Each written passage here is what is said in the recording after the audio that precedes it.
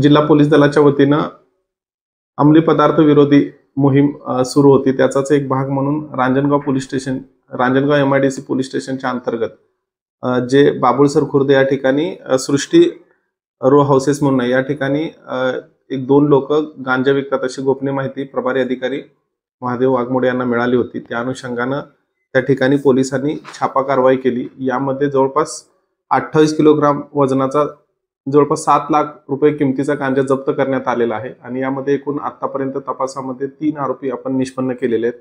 त्यातील जे 2 आरोपी आहेत दिव्या अतुल गिरे वय वर्ष 27 आणि त्यांचाच ड्रायव्हर जो आहे सूरज दिलीप शिंदे असे 2 लोकांना आपण ताब्यात घेतलेले आहे आणि त्याचा तपास सुरू आहे। आणि या अनुषंगाने जो रांजणगाव पोलीस स्टेशन येथे गुन्हा दाखल आहे आणि याचा तपास जो आहे तो PSI अविनाश थोरात हे करत आहेत।